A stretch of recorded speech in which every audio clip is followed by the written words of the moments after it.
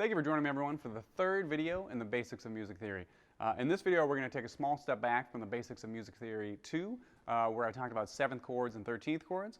I feel like that might have been a bit preemptive of a video to make without a little bit more background information on what's going on with scales and chords. So in the first video, we talked about the major scale and how the resolutions function and how those relate to chord changes, and I showed you a basic 2-5-1.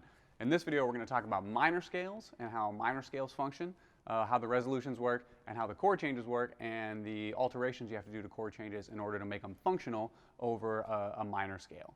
So let's head to the piano, and I'll show you what I'm talking about.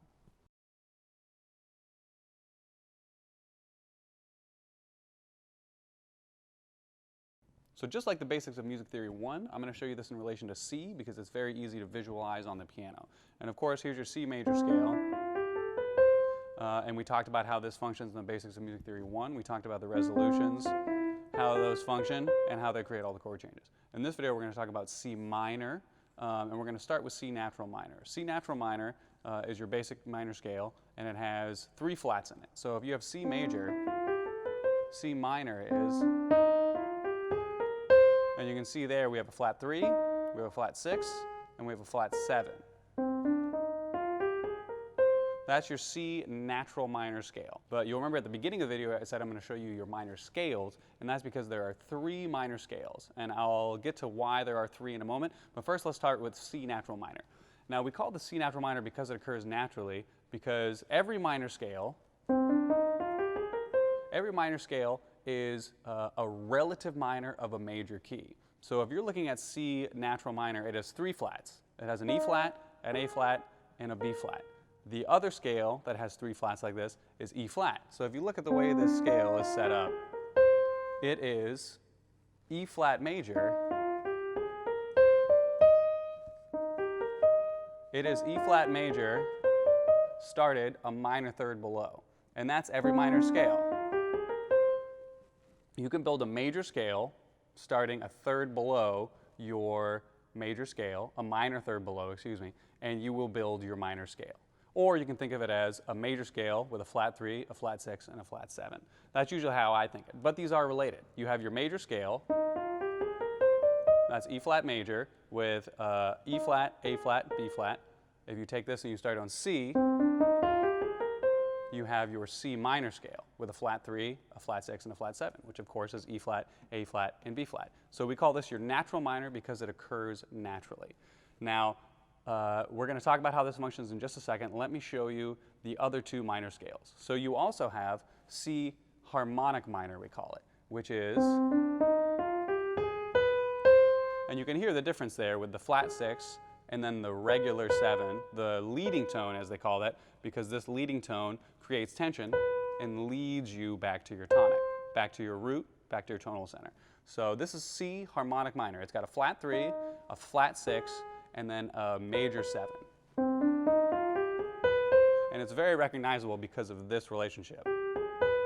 Now we call this C harmonic minor because this scale with the raised 7 and the flat 6 and the flat 3 give you the harmonies you need in order to make your chord changes function correctly. So when you're playing chord changes, you're not going to be playing them naturally, as you will. These chord changes are going to have to be slightly adjusted in order to make this resolution speak. So you have C harmonic minor. Now there's one more. This one's called C melodic minor. And this one is very similar, but this is what happens with this one. When you have C melodic, you have a flat 3, you have a raised 6, a regular 6, and then a flat 7. Flat 3, regular 6, flat 7, root.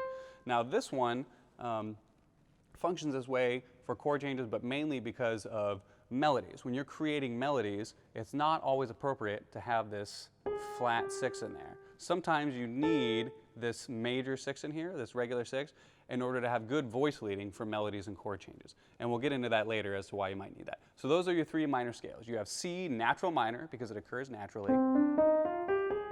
It has a flat 3, a flat 6, and a flat 7. Then you have C harmonic minor because it provides you harmonies for chord changes. With your flat 3, your flat 6, your major 7, and your 1. And then you have C melodic minor. flat 3, major 6, flat 7, 1.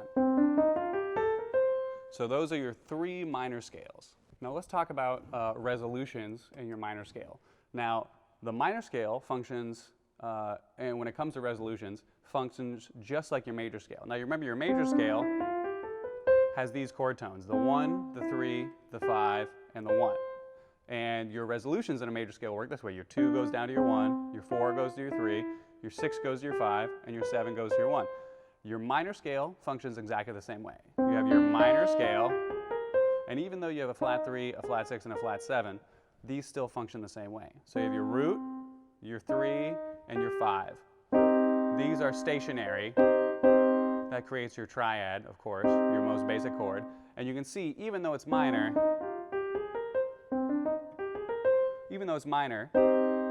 it still is at rest when you play the chord tones, the 1, the 3, and the 5. Now, these resolutions function the same way.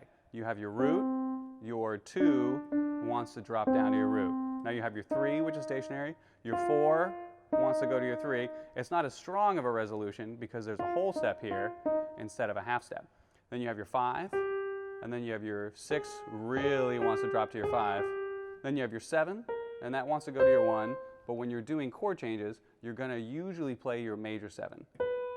So when you have this relationship, it makes this half-step relationship, your major 7 or your leading tone to your 1, even stronger.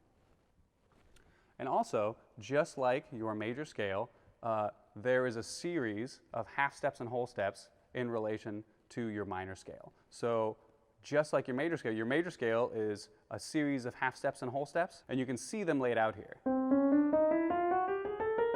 That's your chromatic scale, so you can see this is a whole step, 2 half steps, whole step, half step, whole step, whole step, whole step, half step. That's your major scale. 2, 2, 1, 2, 2, 2, 1. Now your minor scale is similar. It's 2, 1, 2, 2, 1, 2, 2. Which, if you think about this in relation to your relative major, so C minor, its relative major is E flat major.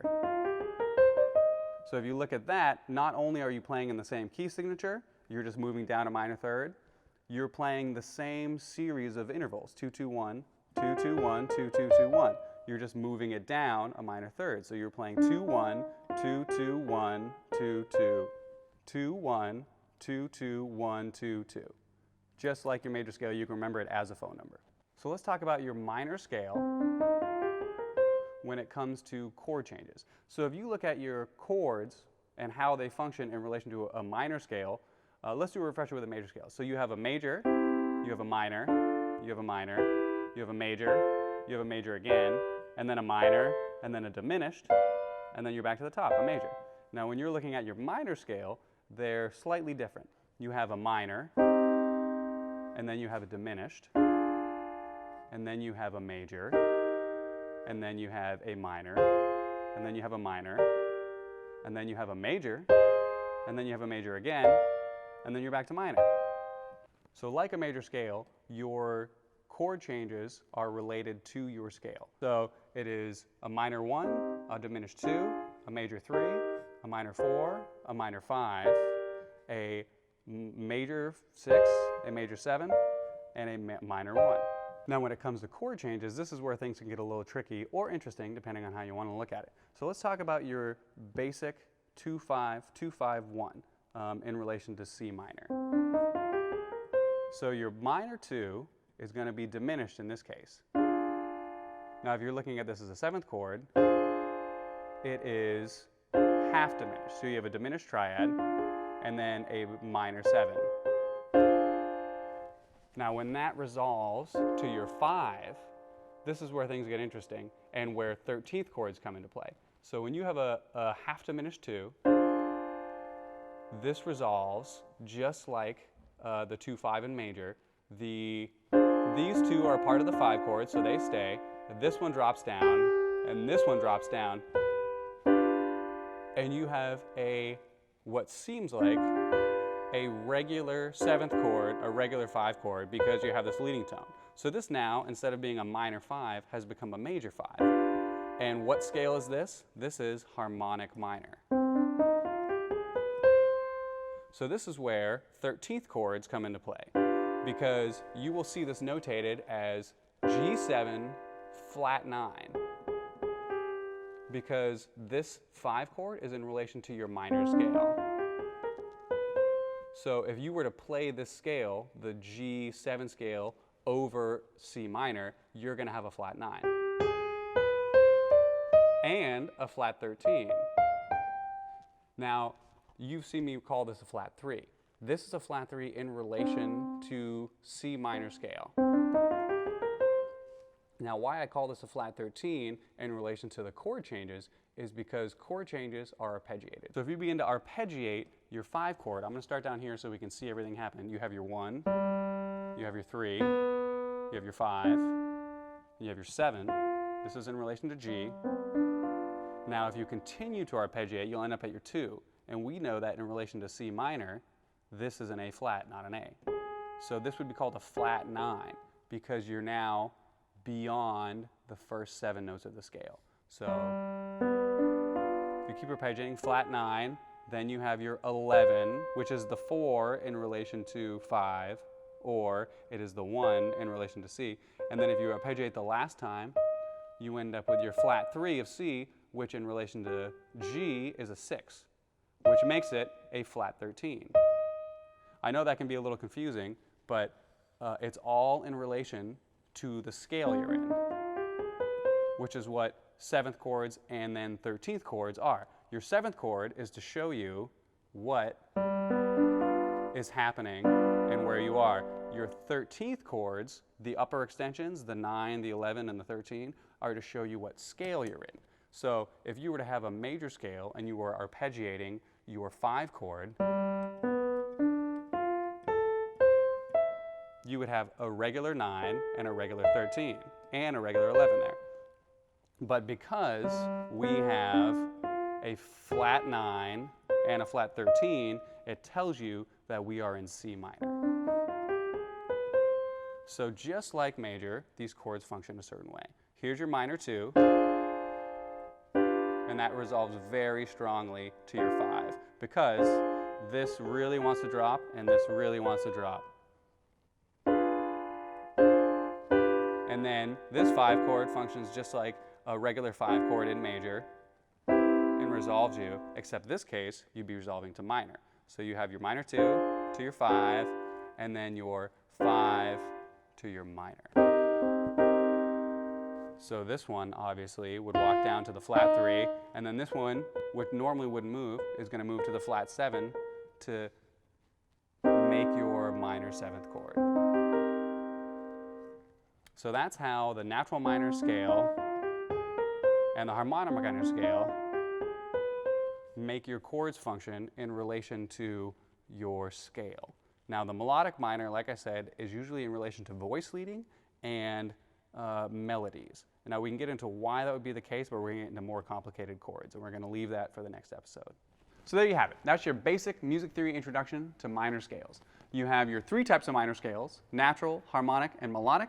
You understand how your resolutions work. You know why you might choose a specific scale depending on the situation you're in. You know how they relate to your major scales, and you understand some basic 7th and 13th chords in relation to your minor scale. So thanks for joining me. If you have any questions, leave a comment down below, smash the like button, and I'll see you all in the next one.